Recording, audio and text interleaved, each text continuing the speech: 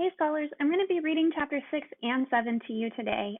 There will be a couple of things for you to think about down in the description box. Not as much as I have been asking you the last few chapters, but I do want you to be thinking and be prepared to share on Friday, all right? So chapter 6. Sponge, Sponge, come here at once and look at this. At what? It's a peach, Aunt Spiker was shouting. A what? A peach, right up there on the highest branch. Can't you see it? I think you must be mistaken, my dear Spiker. That miserable tree never has any peaches on it. There's one on it now, Sponge. Look for yourself. You're teasing me, Spiker. You're making my mouth water on purpose when there's nothing to put into it. Why, that tree's never even had a blossom on it, let alone a peach. Right up on the highest branch, you say? I can't see a thing. Very funny, ha ha. Good gracious me. Well, I'll be blowed. There really is a peach up there. A nice big one, too, Aunt Spiker said. A beauty, Aunt Sponge cried out. At this point, James slowly put down his chopper and turned and looked across at the two women who were standing underneath the peach tree. Something is about to happen, he told himself. Something peculiar is about to happen any moment. He hadn't the faintest idea what it might be, but he could feel it in his bones that something was going to happen soon. He could feel it in the air around him, in the sudden stillness that had fallen upon the garden. James tiptoed a little closer to the tree. The ants were not talking now. They were just standing there, staring at the peach. There was not a sound anywhere, not even a breath of wind. And overhead the sun blazed down upon them out of a deep blue sky. It looks ripe to me, Aunt Spiker said, breaking the silence. Then why don't we eat it? Aunt Sponge suggested, licking her thick lips. We can have half each. Hey you, James, come over here at once and climb this tree. James came running. I want you to pick that peach up there on the highest branch, Aunt Sponge went on. Can you see it? Yes, Auntie Sponge, I can see it. And don't you dare to eat any of it yourself. Your Aunt Spiker and I are going to have it between us right here and now, half each. Get on with you. Up you go. James crossed over to the tree trunk. Stop, Aunt Spiker said quickly. Hold everything. She was staring up into the branches with her mouth wide open and her eyes bulging as though she had seen a ghost. Look, she said. Look, Sponge, look. What's the matter with you? Aunt Sponge demanded. It's growing, Aunt Spiker cried. It's getting bigger and bigger. What is? The peach, of course. You're joking. Well, look for yourself.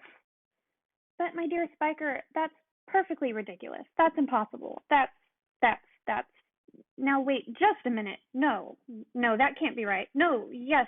Great Scott, the thing really is growing. It's nearly twice as big already, Aunt Spiker shouted. It can't be true. It is true. It must be a miracle. Watch it. I am watching it. Great heavens alive, Aunt Spiker yelled. I can actually see the thing bulging and swelling before my eyes. Chapter 7. The two women and the small boy stood absolutely still on the grass underneath the tree, gazing up at this extraordinary fruit. James's little face was glowing with excitement. His eyes were as big and bright as two stars. He could see the peach swelling larger and larger, as clearly as if it were a balloon being blown up. In half a minute, it was the size of a melon. In another half minute, it was twice as big again. Just look at it growing, Aunt Spiker cried. Will it ever stop? Aunt Sponge shouted, waving her fat arms and starting to dance around in circles. And now it was so big it looked like an enormous butter-colored pumpkin dangling from the top of the tree. Get away from that tree trunk, you stupid boy, Aunt Spiker yelled. The slightest shake and I'm sure it'll fall off. It must weigh 20 or 30 pounds at least. The branch that the peach was growing on was beginning to bend over further and further because of the weight. Stand back, Aunt Sponge shouted. It's coming down. The branch is going to break. But the branch didn't break. It simply bent over more and more as the peach got heavier and heavier. And still it went on growing. In another minute, this mammoth fruit was as large and round and fat as Aunt Sponge herself, and probably just as heavy. It has to stop now, Aunt Spiker yelled. It can't go on forever. But it didn't stop. Soon it was the size of a small car and reached halfway to the ground. Both ants were now hopping around and around the tree, clapping their hands and shouting all sorts of silly things in their excitement. Hallelujah, Aunt Sponge shouted. What a peach, what a peach. Terrifico, Aunt Sponge cried out. Magnifico, splendifico, and what a meal. It's still growing. I know. As for James, he was so spellbound by the whole thing that he could only stand and stare and murmur quietly to himself. Oh, isn't it beautiful? It's the most beautiful thing I've ever seen. Shut up, you little twerp, Aunt Spiker snapped, happening to overhear him. It's none of your business. That's right, Aunt Sponge declared. It's got nothing to do with you whatsoever. Keep out of it. Look, Aunt Spiker shouted. It's growing faster than ever now. It's speeding up. I see it, Spiker. I do. Bigger and bigger grew the peach. Bigger and bigger and bigger. And then here's James and his ants down here. Then at last, when it had become nearly as tall as the tree that it was growing on, as tall and wide, in fact, as a small house, the bottom part of it gently touched the ground, and there it rested. It can't fall off now, Aunt Sponge shouted. It stopped growing, Aunt Spiker cried. No, it hasn't. Yes, it has. It's slowing down, Spiker. It's slowing down, but it hasn't stopped yet. You watch it. There was a pause. It has now. I believe you're right. Do you think it's safe to touch it? I don't know. We'd better be careful. Aunt Sponge and Aunt Spiker began walking slowly around the peach, inspecting it very cautiously from all sides.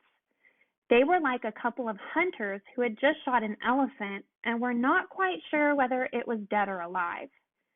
And the massive round fruit towered over them so high that they looked like midgets from another world beside it. The skin of the peach was very beautiful, a rich, buttery yellow with patches of brilliant pink and red. Aunt Sponge advanced cautiously and touched it with the tip of one finger. It's ripe, she cried. It's just perfect. Now see here, Spiker. Why don't we go and get us a shovel right away and dig out a great big chunk of it for you and me to eat? No, Aunt Spiker said. Not yet. Why ever not? Because I say so. But I can't wait to eat some, Aunt Sponge cried out. She was watering at the mouth now, and a thin trickle of spit was running down one side of her chin. My dear Sponge, Aunt Spiker said slowly, winking at her sister and smiling a sly, thin-lipped smile.